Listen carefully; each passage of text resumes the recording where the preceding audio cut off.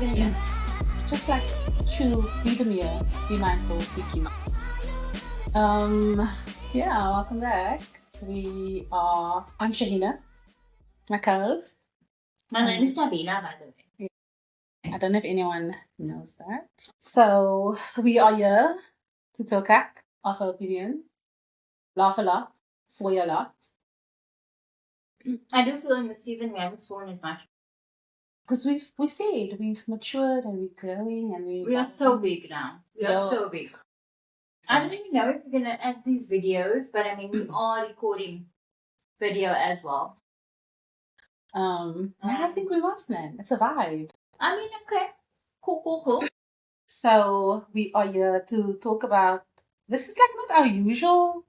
I know last season we did a recap of adolescence, which I enjoyed. Yeah, and I think you know what? I don't think that we are deliberately doing one episode about a series or something we've seen online. It's more about just feeling that it's important to have the conversation. And I'm really curious about this one. So today's topic, we're gonna talk about true crime. Specifically, I think the Monsters series that Netflix does about all the serial killers. And also our obsession with it. Our obsession with the macabre. with the macabre. Because I binged this over the past 2 days so that we could actually have the conversation. I did watch the last season, the Jeffrey Dahmer one. Okay, no, it wasn't Jeffrey Dahmer. It was Jeffrey Dahmer. Okay, for context, Netflix does this monster series, and the monster relates to a killer. A serial killer. Okay. Like prolific ones. Well, not necessarily serial because the Menendez brothers were not serial killers. I forgot it was the Menendez. I didn't enjoy that one. It was a lot of humor. Like, it was weird. It was a weird one. I did not enjoy that one. So there was Jeffrey Dahmer, which was really dark. Very dark. Very. Do you know what China did? She bought Jeffrey Dahmer sunglasses. Not even sunglasses. Spectacles. No, and the other day you said to me, just liked it. You know, with my Dahmers. I'm like, what the fuck, bruh?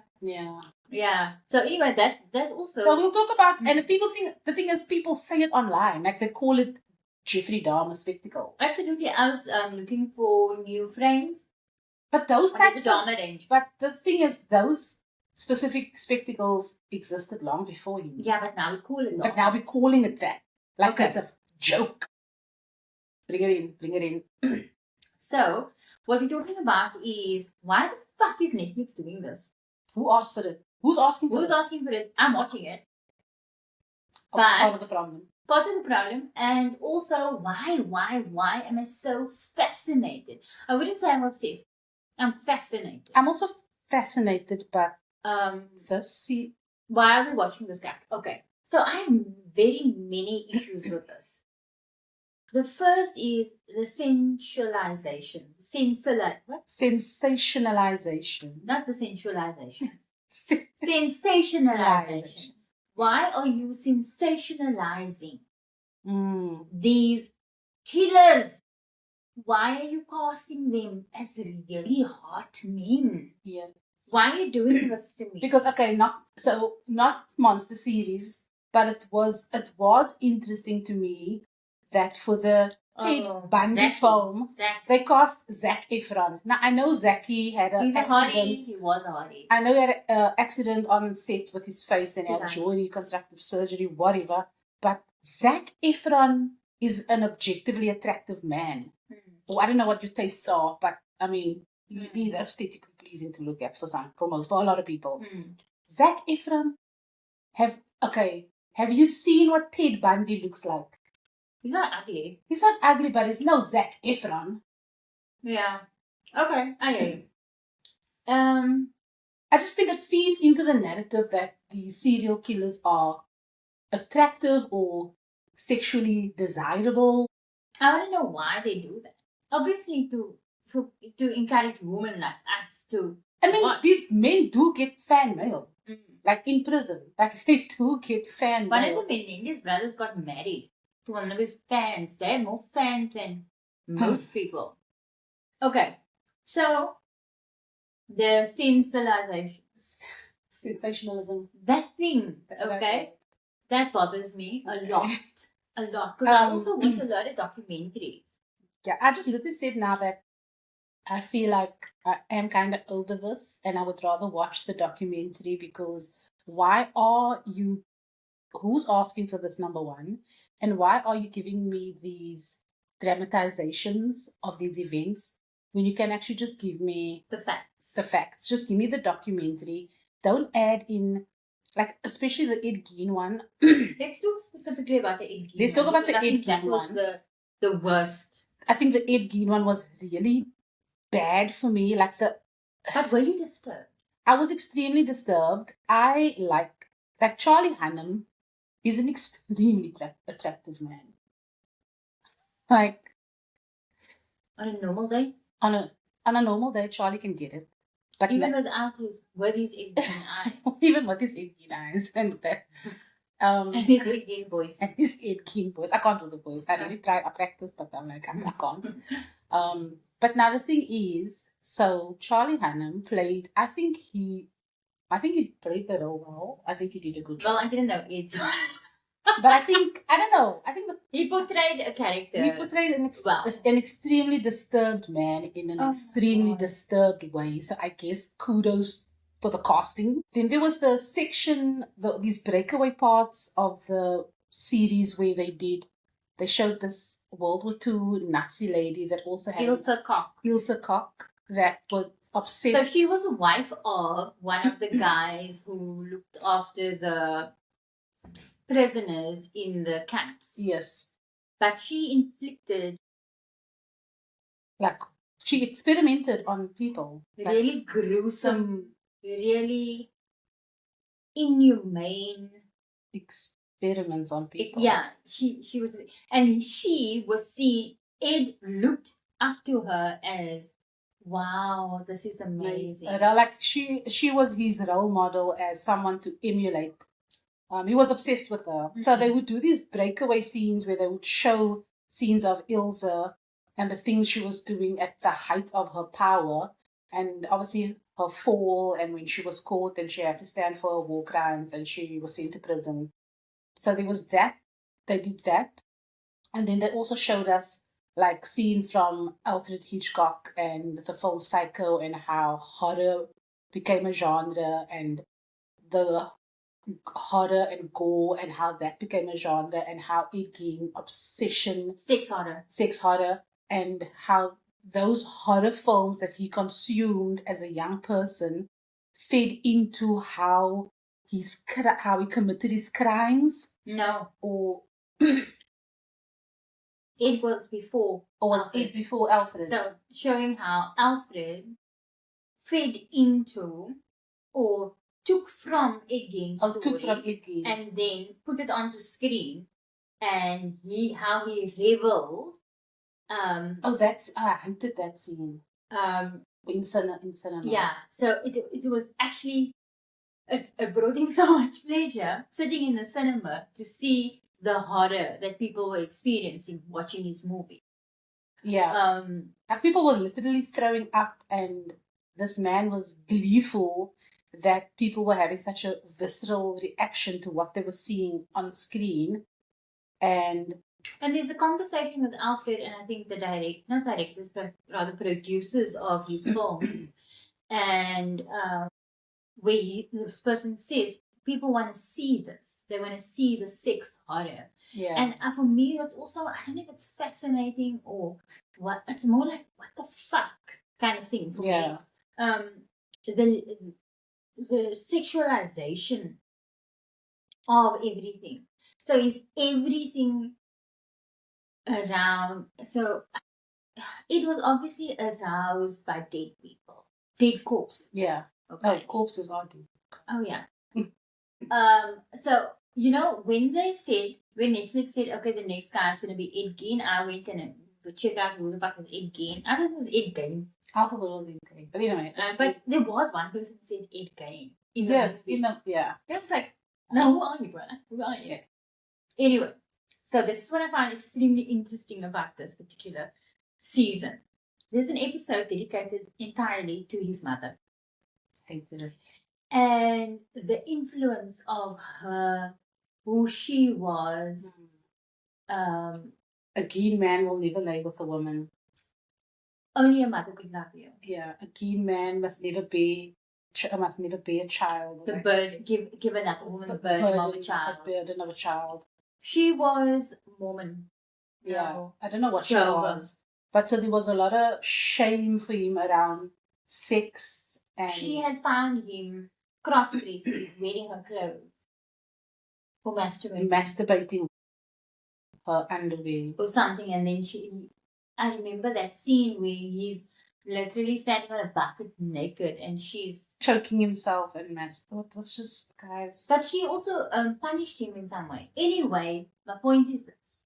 The fact that the entire episode is hour-long episodes is dedicated to us understanding the effects of his mother on his, and your. So anyway, what I want to say is that when I went to go check, okay, who's this Ed Gein guy? You know what? When I saw he only killed, listen to the words I mean. He only killed 2 people. It's nothing.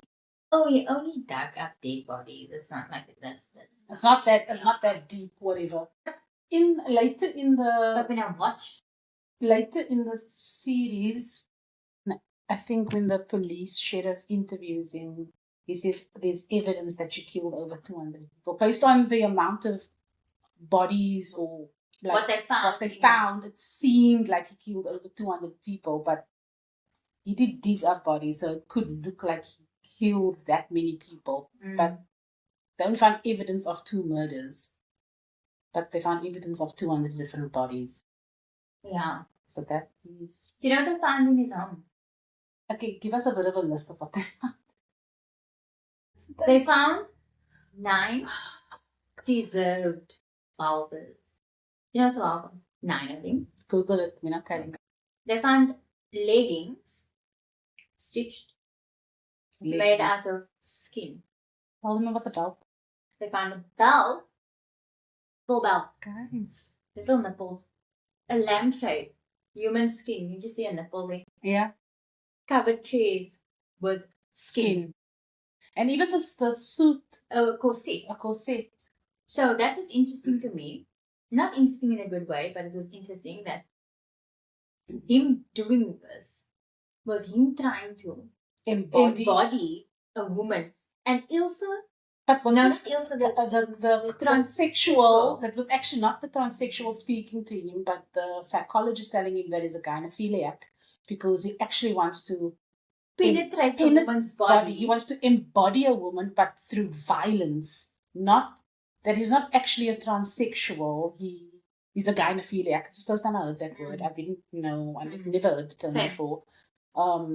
But he actually wants to embody the female body. Is not enough. He needs to embody the body. The woman, the female body, but through violence. So that was interesting. So that's the for me. I don't think he was violent. Because the thing is, when they questioned him about the murders, like he requested a lie detector test, and that which I thought was lie. We know now that I think even in court, lie detectors are inadmissible. You can't use it as evidence in court. But it was so interesting to me that they asked him about certain murders, and he answered them, and as if he was telling the truth. Like they asked him, did you kill your brother? He did kill his brother. And he said no, and it showed that he was telling the truth. Like there are certain murders he did commit. So he did that on purpose, maybe. But there's also no evidence. I think he believed he didn't do it. No, sure. And that's where I hate to say this, you're sort of empathizing with him. And so that's, I think, when I started, firstly, I hated this entire series, this entire Ed Gein show. I did not like it. I did not enjoy it. I hate watching it. And the thing is, the last 2 episodes in particular, they tried to shift. I could feel the tonal shift immediately. It's like, you motherfuckers are going to make us empathize with this man. Like, he was too insane to stand trial, right? So he wasn't fit to stand trial because he's insane, so you can't send him to prison. So they sent him to this mental facility to serve out the rest of his days, and they sent him there. So, very nice mental facility. He was I think he was diagnosed as schizophrenic because man was getting hallucinations. And then, I don't know, they really tried to make us empathize. And then now he's getting all these letters. And then what pissed me off royally was when he was helping the FBI and he said, oh, you need to, there was a spree of killings. And it's like, and the guy's name was Ted and he drives a Volkswagen. And I'm like, are they not going to give Ed Gein credit for identifying Ted Bundy as the killer for the college girl murders? Is this what's actually happening here right now? So that absolves him, or not absolves, but showed his value. Showed his value, and at the end, he's like, "Oh, I helped the police. It makes up for everything, all the bad I did." You know, at the end of it all, for me, it was just this man was really. No, absolutely. And even the nurse at the beginning, she was like quite a hard ass. She's like, oh, you Ed Gein, I've heard about your bullshit and I'm here now. I'm not going to take any of your shit. And right at the end of the episode, when he's like diagnosed with stage 4 love cancer, and she's like, no, Ed, no one understands you like I do. And it's time for you to tell your story. I'm like, auntie, kanala, man, kanala. Relax. Ik meen na. But it was just wild to me that this man did these horrible things, and I don't know. So, but back to our obsession with true crime. Are we desensitized? Oh, we did. So I'm gonna go look at some of the talking points I added to our sheet. I feel completely desensitized. So some people say they watch true crime to feel prepared. It's like if they can understand it, I can avoid it. But I think people who commit these kind of crimes, they are unwell mentally, but they are also highly intelligent. I don't know if you can prepare for it because they're all so uniquely different. They have their ways to lure in their victims. So I don't know how watching, like if you look at each, like we've all now watched different stories of various killers. They're all so different. I don't know. But I feel like it does give you insight into a killer's mind. Like I know why I watched them, or why initially I think I started watching them, as I really needed to understand why would someone do these things and how do they become like this. And we touched on how important the mother is, because a lot of these people, it seems to stem from the mother had a major role in during the early childhood development. So my feeling is, right, we all have trauma stemming from our mothers. Not gonna lie, even our mothers have trauma from their mothers, and so on. And there's different degrees of trauma. Yes. So ultimately, that is the case, right? And then we choose how we deal with that. But for somebody who's mentally unwell, they can. I feel that because of the illness, they can. Okay. I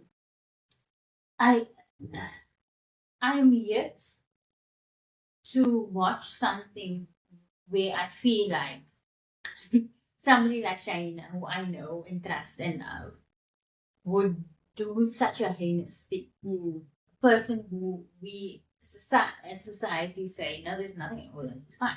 And usually murders that people, like, I don't say normal people because we're all fucked up. Like normal people commit is usually rage or acts of passion, crimes of passion. Whatever. Like that, then you can stand now. But something like Ed Gein. And look at the Menendez brothers as well. They were just normal teenagers. But their trauma stemmed from their parents. And they wanted to take their power back. Yeah. And they actually took it away. I watch it. I think because I'm not even lying, but I am not disturbed. It's like, obviously it's disturbing to know that this happened and, oh my God, he did that. But I don't feel like, I don't get scared. I don't think that I'm learning things about killers' minds. I also don't think, I'm not afraid when I watch it. I don't think I'm learning anything. I'm not gonna, okay, so now I watched this. I watched this, and today, how is this preparing me for an Ed Gein? Like, how am I prepared against an Ed Gein? Like, I don't think I'm prepared. Firstly, Ed Gein would never be my friend. Okay, let's start there. If I meet a brother talk like that, if I meet a brother talk like that, I'm like, it's giving Ed. That's like, we can't be friends. I mean, in terms of the preparation, no. But I mean, if you think about true crime, there are instances like, do you remember Dear John? I enjoyed that. I could rather than watch that. No, but when you say you enjoyed, what the fuck does it mean? Enjoyed in the sense of, the way he manipulated her, I think I could watch that and learn something. Even from the Tinder swindler. It's like I can watch that and I feel like there are some notes I could take and things to look out for. But when I was watching the Tinder swindler, I'm eating my chips and I really want to eat chips. Okay, eat your chips. It's fine. When I was watching the Tinder swindler, I was like, yeah, you dumb. Thinking that the whole time for this girl. For the girls. Because I'm thinking, I would never do that. I would just not. Okay, but we had an episode of this one, so I can't talk about it. But the Dear John situation, she met a guy and she just fell into an abusive pattern with him and he manipulated her, right? But like with an Ed Gein, he's not gonna develop a relationship with you. He's just gonna do what he wants to do, like kill you or whatever. I mean, I'm not gonna become friends with Ed Gein. Unless you're the girlfriend. Remember the girl? I mean, the girlfriend think of it like this. He wanted to have sex with her initially, and she said no. And then she was the one that... She suggested that he must... The necrophilia. And then he started doing that, and he enjoyed that so much that by the time that she agreed to have sex with him, he did not want to have sex with her. Because her body was too warm, and he said she needed... She took an ice-cold bath. He put her in an ice-cold bath and she willingly did this. I don't know if it happened. I don't know if it happened, but I mean, they showed there was a scene where she's sitting in a bath and he's pouring in like ice. She's doing an ice bucket challenge. An ice bucket challenge thing where to lower her body temperature so that they could have sex.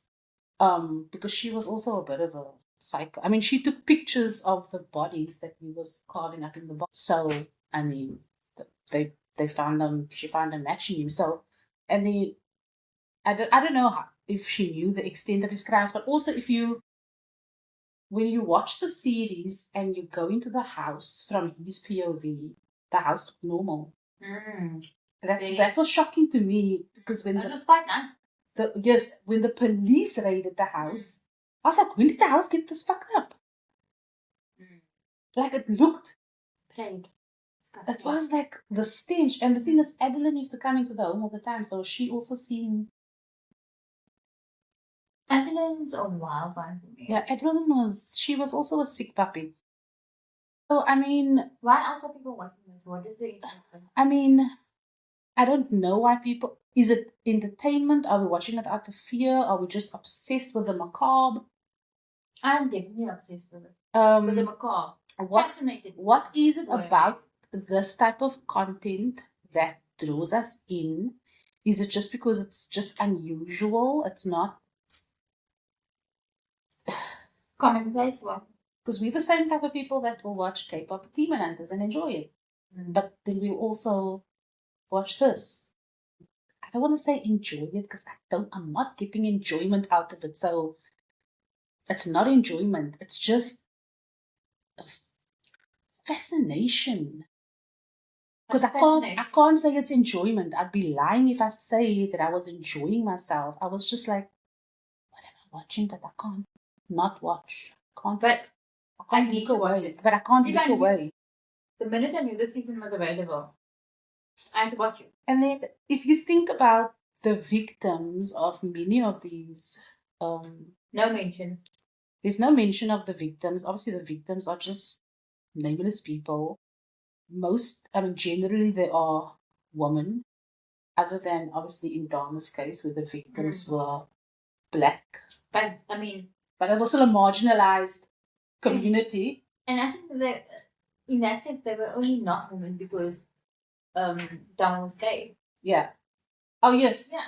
Yeah. So in that instance, yeah, they were gay and mostly black and brown people. Do you think that's because of the alien and the? But do you think? But I have been able to get away with it. I think Dharma, as a white man, purposefully chose that community, knowing he would get away with it. Like, I don't think he was stupid in his victim selection. You know, Dharma was killed in jail. I actually noticed a very interesting thing in the last episode. I don't know if you clocked this, and maybe I'm imagining it, but in the last episode, when the FBI investigate, or the 7th or the 8th episode, when the FBI investigators came, the behavioral science unit, the 2 guys and the woman. So I know they couldn't get the same actors from Mindhunter, but the killers were the same killers from Mindhunter. When I saw the guy with the red shoes, I'm like, but this is the same guy they used in Mindhunter. The guy with the red shoes. It was the exact same actor, and the other one, it was the same actors from Mindhunter. Didn't see. Oh. So. But I watched Mindhunter a while ago. But I mean, Mindhunter's old. But then I'm thinking I would rather watch Mindhunter because it focuses on the procedure. And to me, so that's why I watch the shows, because I really want to understand the mind of these people. And also maybe in they wanting to understand the mind of a killer, that's now our POV. Yeah, that's our POV, and it's less on the depravity and the gore and the gruesomeness of it. Like, we're not, and complete lack of any mention of the victims, and there's like no empathy for the victims, and so I think that's why I enjoyed Mindhunter, because it's showing the other side. Like, I'm sorry, I understand that Ed was unwell and his mother. I can understand all of that, but I'm sorry, I'm just not gonna. You're not gonna make me care enough. Yeah. To give him any kind of grace. I wonder what it is. What is the goal here? You know. Yes. Oh yeah. What's the other than you want to boost your ratings and you want to get people to subscribe to you, sign up to for a Netflix subscription, or I don't know, Netflix, when you want to keep your people on your platform. That's the only reason why you would continue churning out content, because it's probably in the top 10 currently. Yes, it must be in the top 10 this week, or probably for this month, because they wouldn't continue to make it if it wasn't good. And some of the scenes were really just gratuitous, because why include the scene of the transsexual or the gay guy in prison with the breasts? Not the scene where the guy writes the letter with the tip of Ted Bundy. Just that entire sex scene with the prison. Why include these scenes? What is it for? Like, how is it? How is it advancing the plot of the story? No, it's just for shock value. Yeah. So now we're watching these things, and there's this humanizing aspect. I understand Ed is a human. Dharma, they are human. These people, they are human beings. But their victims were these nameless, faceless people. Were they not humans? Do you remember when they did Dharma and there was so much backlash because the families of the victims said that Netflix hadn't even told them that they were doing the documentary or the series? Yeah, the families was still alive. So imagine your brother was murdered by Dharma. So imagine this, the year is 2024. Your brother was murdered by Dharma. Netflix comes out with this sensationalized, dramatized adaptation of Jeffrey Dahmer's life. And there's a portion, or there's an episode that features your brother's life and death, and you weren't consulted, and you're watching it play out on television for millions of people, strangers, to consume on the internet. And then everybody's in love with Dahmer. And then everyone's in love with Dahmer. And people are making memes and reels for jokes and laughs on the internet. Like, if you are not instantly triggered as a family member, like, it's distasteful. It's disgusting. It's actually disgusting. And nothing was offered to this family member. One, they weren't consulted. Nothing was offered to them. I don't even know if Netflix offered an official apology. And then to come back the next year and do the Menendez brothers, and then to come back the next year and do Ed Gein, and they'll just come back the next year and do the next one and do the next one. But I can't wait for the next one. What's wrong with me?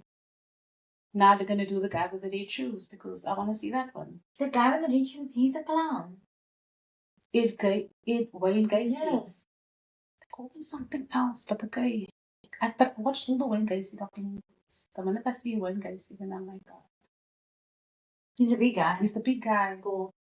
I watched Wayne Gacy documentaries. When he's dying, and then all the serial killers comes like treating him like a celebrity. I hated that. I hated that. Like, it's a fucking cabaret show. And then also I do feel that Ed was like almost, I didn't mean for this to happen. Then what did you mean, my guy? My guy, what did you mean? I don't feel like, I don't know. That's why I'm questioning myself, you know. I'm also like, if I'm smiling or laughing, it's like I'm really not. This is fucking very serious. Because I'm very perplexed by where we are as a society, where we watch these things and joke about it.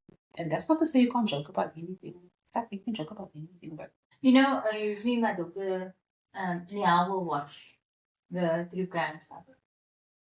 And I told her not to watch this. Nah, this one was rough. Because it was also very sexualized. Yeah. The lady that he laid out on the table and put the perfume on before he had sex with her. I struggled with that scene.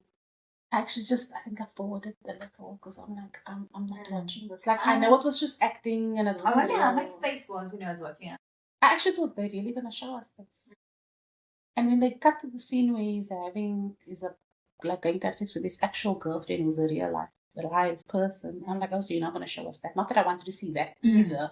But it's like, it's interesting that you would show us him having sex with a corpse, but you won't show us him having sex with the real life person. Like, that's an interesting director's choice. So it just shows you actually do want to show us the depravity. And you don't. Even the sex scene in the prison with the prisoner and the gay guy. And no, that not there's anything wrong with gay sex, but that scene was just, what was the point of that scene? Yeah, I don't know. So I actually don't have answers. I don't have answers, but I mean, so you're taking people's people's pain, you're putting it on display for entertainment purposes. You're turning suffering into content, literal taking suffering and turning it into content, and we are literally lapping it up. And even now, as disgusted and as we even is it dehumanizing me? No, even as we are questioning our choices, we're still sitting here and we're like, where's the next one? Like, even we are like, as we are questioning our own life choices, we are asking, but now where's the next one? And my feeling is that they're gonna go, it's just gonna get worse, right? Because you have to do better than the last. Yes. And I saw when I was finished watching Ed Gein. So the minute you're done watching something, you're gonna go now check. Then no, not even that. Immediately Netflix thinks, oh, she's down to clown with other stuff. Immediately, a documentary on my father was the BTK killer, and I immediately added it to my list. Because these algorithms fucking... the something killer. It was. I know it was in Mindhunter. He was going to be the killer for season 3 that they were going to capture. He was like a postal worker. It stands for something kill. He used to like also cross-dress and masturbate in his room. He had a wife and a kid. It was also. You don't know what the phone is. I'm gonna watch it now when I get home. My father was the BTK killer. So anyway, so now the other thing is like now, okay, so Ed Gein was a killer. Was there justice for his victims? Were there justice for any of the victims? Interesting point. You know, the woman he kills, the older woman. Yeah, that's in the shop. Okay. So her son is the deputy sheriff. The deputy sheriff. And he discovers his mother's mutilated corpse in the barn. Not even corpse. What's left? What was left of the corpse? Literally hanging like this. He had stitched her to dry out. And the head was. Where was the head? They found the head. Not there. Not there. The head was somewhere else, Yeah. and he was waiting for them to release whatever leftover parts of a body they could find. So that's true. That's true, right? And he died at 45 because he couldn't. Yeah, the grief was too immense. And the way he found her. So not just justice for the victims, but also the families, because now you as the families, there's the fallout for you or the repercussions for you as the family, because now not only is your family member dead, but they died in such a horrific way. For you to discover. So we as, and not just we as Muslims, but any religion or anybody, but like we know the importance of the body and the burial of the body and how the body even feels things after they are dead. So just the total disrespect to a dead body. Like, now you have to grapple with that as the remaining family members. And there's no, was there justice? You went into a cushy mental facility. Do you feel there was justice as that man? You were still crafting. Just not. Oh, fuck. The crafting of the leather that kind of molded into looking like nipples and sending it to his fan base. So hy het dit al aangekap. I wonder, there was a point where I was thinking, just pretending. But there was that moment. You remember when the new nurse came and she said, yeah, he's like, no, I could never hurt a fly. And she's like, I'm not going to take any of your shit. And then there was a switch in his eye and she's like, there it is. Yeah. And then he imagines killing her. And then he imagines, and then, oh, no, they don't initially show us that he's imagining it. They show us the scene where he kills her. And then he sees her the next day, and then he's shocked to see her alive. And he's like, no, but I killed you. So he does know that he is capable of murderous intent. And if he wasn't so fucking crazy, he would actually do these things if he was more lucid and more in control of his mind, then he would perpetrate these murders. So no justice for these victims or anything for the victims' families. And then lastly, as we're gonna wrap up now because this topic is actually pressing me a little. So is it really just curiosity about human behavior and wanting to understand human behavior? I don't know. Is it a safe space for us to explore it because we are in the safety of our homes? Ed Gein can't get to me. Oh, why would you want to explore it? No, we're asking ourselves this. I know, that's the thing. So I don't know if it's like, what is it for me? It's like, I am, but you are safe in your house. I am, but I'm not scared. I really think I'm strong. I don't know what it is about me, but I feel like, yeah, I'm trying to come now. Bring it. But so I think it's really the fascination with how bad can it get. This isn't the kind of episode where we're gonna answer the question. Because we don't. This is just one of those random. This is a bonus episode, really. I think. Oh yeah, it's just this is a throwaway episode because of what we felt after watching Ed Gein. And even though I didn't feel like But when China asked me about it, I said, it's the worst one. This was, yeah. Yeah, even though he wasn't, he did kill people, but I feel like he wasn't on a killing spree. Yeah, he wasn't on a killing spree. It was just so dark. It was very dark. He was evil, man. He was a seriously unwell person. And I think if you need to, if you are entertained by this, if you find comfort in these shows, I think you need to ask yourself why. And this isn't judgment. This is just to ask yourself why. Because I watch it, but I'm not entertained by this. I don't find comfort in this. There's no real enjoyment in it. It's just, I want to understand the human mind, but I'm not entertained by it. I don't think I'll ever understand though. I think it's just going to be like your interest. Let's wrap it up. So that's us for today on this episode, because as human beings, I don't know, man. I don't know. I really fucking don't. What are we consuming then? What are we consuming? And how is that actually because if you are what you eat, and you are what you consume, then what's in my brain? Yeah. Okay, I'm done thinking about it now. Because I'm not sure. I'm gonna go watch like cartoons now. No, I'm gonna watch My Father Was the BTK. My Father Was the BTK Killer. Thank you. If you're still here. Yeah. If you watched it, let me know, because I'm interested. I really want to know why other people watch true crime, whether it's reenactments or dramatizations, or if you prefer documentaries, because my preference is documentaries, which is why we're gonna go watch the BTK. And thank you. Like, follow, subscribe, rate, share, and we'll see you on the next one. Bye.